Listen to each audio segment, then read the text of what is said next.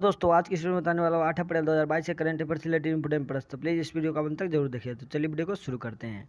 तो हमारा पहला प्रश्न है, हाल ही में उत्कृष्ट महिला मीडियाकर्मी 2021 के लिए चमेली देवी जैन पुरस्कार से किसे सम्मानित किया गया है? तो इसका जो राइट आंसर होगा ऑप्शन नंबर बी, आरिफ जोहरी को हाल ही में उत्कृष्ट महिला मीडियाकर्मी 2021 के लिए चमेली देवी जैन पुरस्कार से सम्मानित किया गया है। तो चलिए नेक्स्ट प्रश्न की ओर चलते हैं। दूसरा प्रश्न, हाल ही में किस बैंक ने सुपर ऐप यूनियन एनएक्सटी और डिजिटल प्रोजेक्ट संभव लॉन्च किया है? तो इसका जो right answer option number A, union bank ने हाल ही में सुपर ऐप यूनियन एनएक्सटी और डिजिटल प्रोजेक्ट संभव लॉन्च किया है। तो चलिए नेक्स्ट प्रश्न की ओर चलते हैं। तीसरा प्रश्न, हाल ही में राष्ट्रपति रामनाथ कोविंद ने किस देश की यात्रा पर पीले ट्यूलिप फूल की एक प्रजाति का नाम मैत्री रखा है? तो इसका जो राइट आंसर होगा ऑप्शन नंबर डी, नीदरलैंड की यात्रा पर इन्होंने पीले ट्यूलिप फूल की एक प्रजाति का नाम मैत्री रखा है। तो चलिए नेक्स्ट प्रश्न की ओर चलते हैं। चौथा प्रश्न, हाल ही में किस राज्य के विधानसभा में सतलज यमुना लिंक नहर को पूरा करने की मांग को लेकर एक प्रस्ताव पारित किया गया? इंपॉर्टेंट प्रश्न है। तो इसका जो right answer option number B, Haryana राज्य के विधानसभा में सतलुज यमुना लिंक नहर को पूरा करने की मांग को लेकर एक प्रस्ताव पारित किया गया है। तो चलिए नेक्स्ट प्रश्न की ओर चलते हैं। पाँचवा प्रश्न, हाल ही में स्टैंड अप इंडिया योजना ने कितने साल पूरे हो गए हैं? तो इसका जो राइट आंसर होगा ऑप्शन नंबर सी, 6 साल स्टैंड अप इंडिया योजना के 6 साल पूरे हो गए हैं। तो चलिए नेक्स्ट प्रश्न की ओर चलते हैं। छठा प्रश्न, हाल ही में पशुपालन और डेयरी विभाग ने किस राज्य में one health pilot project launch किया है? तो इसका जो right answer option number C, Uttarakhand राज्य में पशुपालन और डेयरी विभाग ने one health pilot project launch किया है। तो चलिए नेक्स्ट प्रश्न की ओर चलते हैं। सातवां प्रश्न, हाल ही में लॉन्च डिकोडिंग इंडियन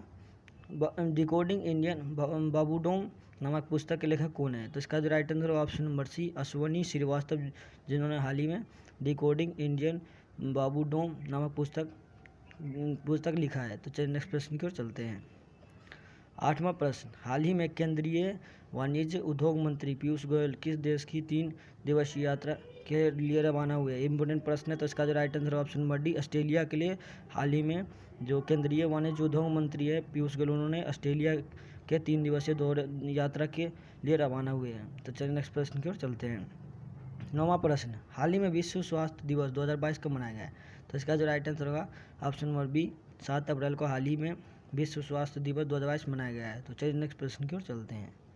10वां प्रश्न, हाल ही में सोशल मीडिया प्लेटफॉर्म ट्विटर के निदेशक मंडल में किसे शामिल किया गया है? तो इसका जो राइट आंसर होगा option number C, Elon Musk को हाल ही में सोशल मीडिया प्लेटफॉर्म ट्विटर के निदेशक मंडल में शामिल किया गया है। तो चलिए नेक्स्ट प्रश्न की ओर चलते हैं। 11वां प्रश्न, हाल ही में के बिरला फाउंडेशन ने प्रसिद्ध कवि और साहित्यिक को प्रतिष्ठित सरस्वती सम्मान 2021 से सम्मानित करने की घोषणा की है। इंपोर्टेंट प्रश्न है। तो इसका जो right answer option number D, professor Ramdaras Mishra को हाल ही में के बिरला फाउंडेशन ने प्रसिद्ध कवि और साहित्य को प्रतिष्ठित सरस्वती सम्मान 2021 से सम्मानित करने की घोषणा की है। तो चलिए नेक्स्ट प्रश्न की ओर चलते हैं। 12वां प्रश्न, हाल ही में किस राज्य में गणगौर पर्व धूमधाम से मनाया गया है? तो इसका जो right answer option number B, Rajasthan में हाल ही में गणगौर पर्व धूमधाम से मनाया गया है। तो चलिए नेक्स्ट प्रश्न की ओर चलते हैं। 13वां प्रश्न, हाल ही में यूनेस्को द्वारा वर्ष 1994 में रवांडा में तुत्सी समुदाय के विरुद्ध हुए जनसंहार पर विचार का अंतर्राष्ट्रीय दिवस कब मनाया गया है? तो इसका जो right answer option number C, 7 अप्रैल को यह अंतर्राष्ट्रीय दिवस मनाया गया है। तो चलिए नेक्स्ट प्रश्न की ओर चलते हैं। 14वां प्रश्न, हाल ही में संसद द्वारा किस प्रदेश के नगर निगम को एकीकृत करने के लिए संशोधन विधेयक पारित किया गया है? तो इसका जो right answer option number C, Delhi. इसका जो right answer option number C, Delhi. चलिए नेक्स्ट प्रश्न की ओर चलते हैं।